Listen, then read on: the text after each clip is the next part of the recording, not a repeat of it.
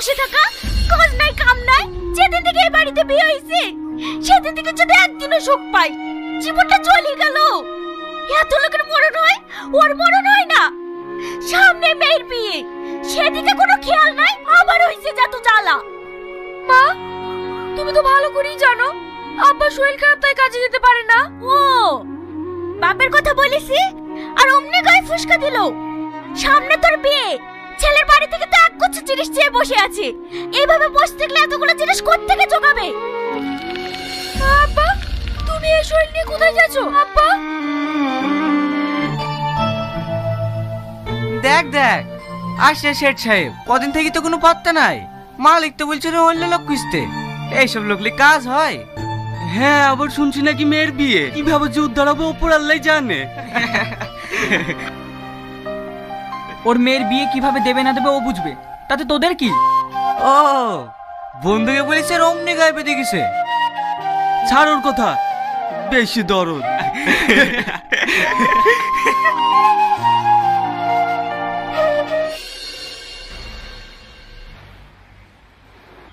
দুদিন থেকে কোথায় ছিলি? দুদিন থেকে কোথায় ছিলি? শরীর খারাপ ছিল বাবু। তোকে আর কাজ করতে হবে না, চলে যা। তোর সারা জীবনের জন্য ছুটি। বাবু, সামনে মেয়ের বিয়ে। তো আমি কি করব? যা এখান থেকে, তোকে আর কাজ করতে হবে না।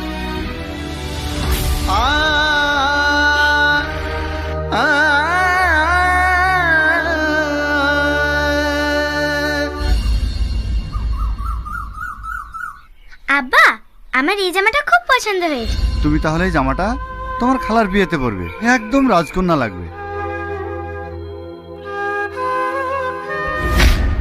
আব্বা, সাবানের আব্বা আবার ওকে একটা নতুন জামা কিনে দিয়েছে। আজ পর্যন্ত তুমি আমাকে একটা নতুন জামা কিনে দিলে না। আবার তুমি আমাকে রাজকন্যা বলো। শোনা, সব বাবার কাছেই তার মেয়ে রাজকন্যা হয়। তোমাকে অল্প দিনই নতুন একটা জামা কিনে দেবো। সত্যি? সত্যি সত্যি সত্যি। আমার ভালো আব্বা।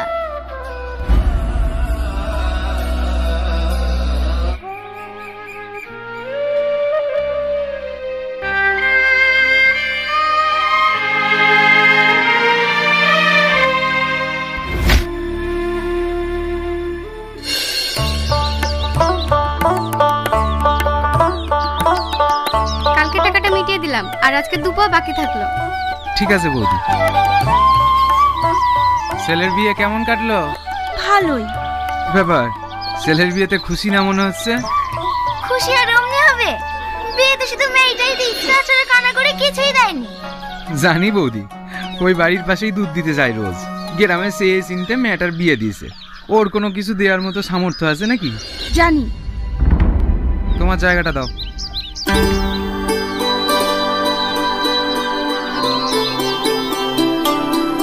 বৌদি, বাছুরটা ছেড়ে দাও। কপাল তো আমার ছেলের পড়িছে।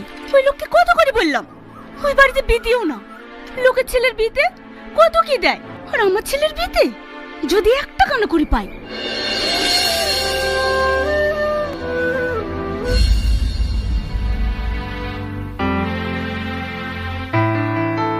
টাকার কথা কিছু ভাবলি?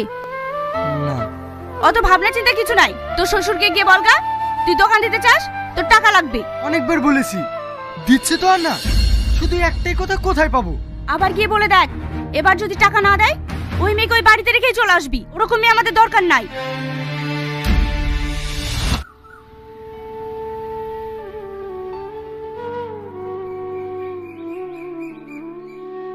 কি ব্যাপার, কি চাই?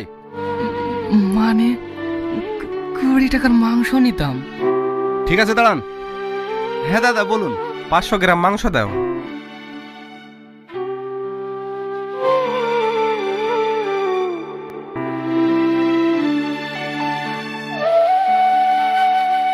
এই নাও।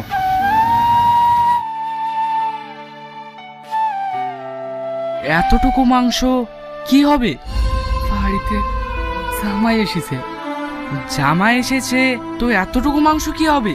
ভাই, 500 গ্রাম মাংস দিয়া তো। না মানে, আরে দাঁড়ান দাঁড়ান।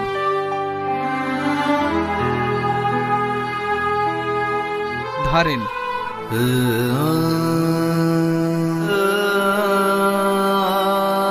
আরে কাঁদছেন কেন?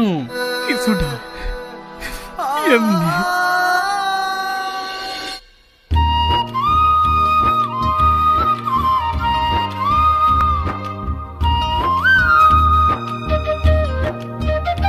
আব্বা, জামাই কিছু বলবে।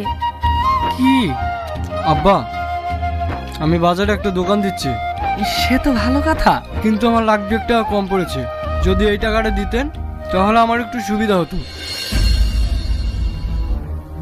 2 লাখ? এতগুলো টাকা আমি কোথায় পাবো? তার মানে আপনি দিতে পারবেন না, তাই তো? দেখো বাপ, তোমাকে দিতে পারলে তো আমরাই খুশি হতাম, কিন্তু আমাদের অত সামর্থ্য নাই। সামর্থ্য নেই তুমি এর বিয়ে দিয়েছেন কেন? দেখুন, আমি একটু সোজা কথা বলছি, এই টাকা আমার চাই। যদি দিতে পারেন তাহলে ভালো, আর যদি না দিতে পারেন তাহলে মেয়েকে ঘরে পোষেন। জামাই, যেও না জামাই। মা, আব্বা, তুমি? ঘোষ আমাকে কি অবস্থা করেছে তোর? আব্বা, ওরা আমাকে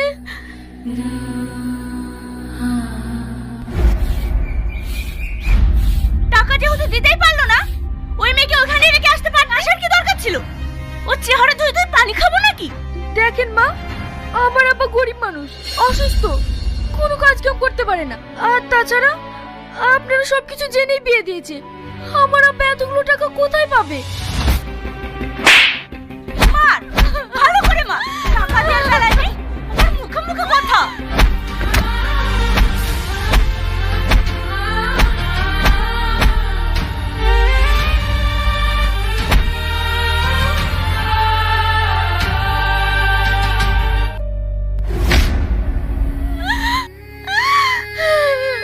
কেঁদো না, কেঁদো না মা আমার, তুমি আমার রাজকন্যা না, আমি আছি তো।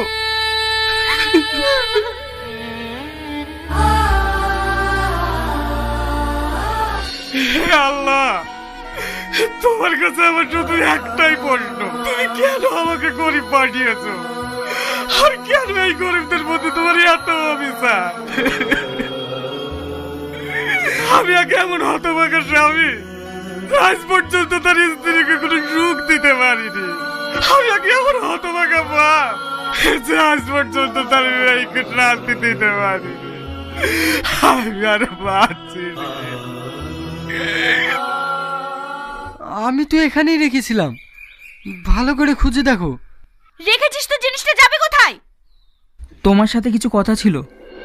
আপনাকে তো ঠিক চিনতে পারলাম না। আমি তোমার শ্বশুরের পরিচিত। কিছু বলবেন?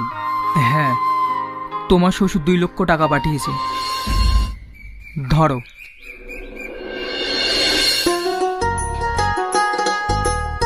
টাকা?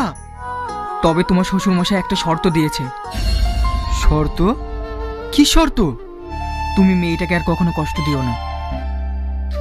না না, কারণ তোমার শ্বশুর মশাই আর নেই।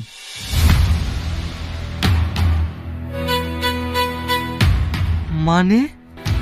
এই টাকাটা তোমার শ্বশুর নিজের কিডনি বিক্রি করে দিয়েছে।